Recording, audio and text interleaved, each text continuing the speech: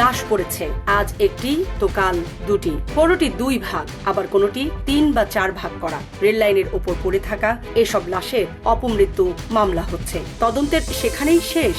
কিন্তু প্রশ্ন উঠেছে, লাশগুলোর একটি কমন বিষয় রয়েছে, সেটি হচ্ছে প্রত্যেকের গলা কাটা। বিষয়টি গোয়েন্দাদের নজরে আসার পর নড়ে চড়ে বসে প্রশাসন। সত্যি তো, গলা কাটা কেন থাকবে? রেলে কাটা মানুষের খণ্ড দেহ মেলে, গলা কাটাও থাকতে পারে, কিন্তু প্রত্যেক লাশের গলা কেন কাটা থাকবে?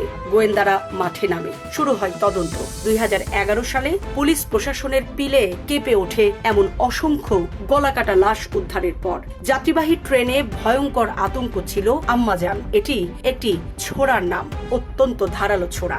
সর্বস্ব কেড়ে নেওয়ার পর ওই ছোড়া দিয়ে গলা কেটে চলন্ত ট্রেন থেকে ফেলে দেওয়া হয় যাত্রীদের। প্রয়াত চিত্রনায়ক মান্না আম্মাজান ছবিতে একটি বিশেষ ছোড়া ব্যবহার করেন। ওই ছোড়া দেখতে যেমন ছিল, সে ধরনের ছোড়া ব্যবহার করে এই গ্রুপের সদস্যরা। এ কারণেই তাদের গ্রুপের নাম আম্মাজান।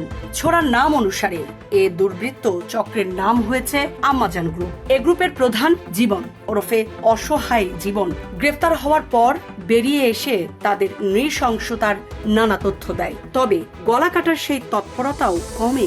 পুলিশ বলছে, এ চক্রের হাতে এ পর্যন্ত নিহত হয়েছে শতাধিক যাত্রী। গন্তব্যে পৌঁছার আগেই ঘাতক চক্রের হাতে নিহত হওয়ায় এসব যাত্রীর লাশও পাচ্ছেন না স্বজনরা।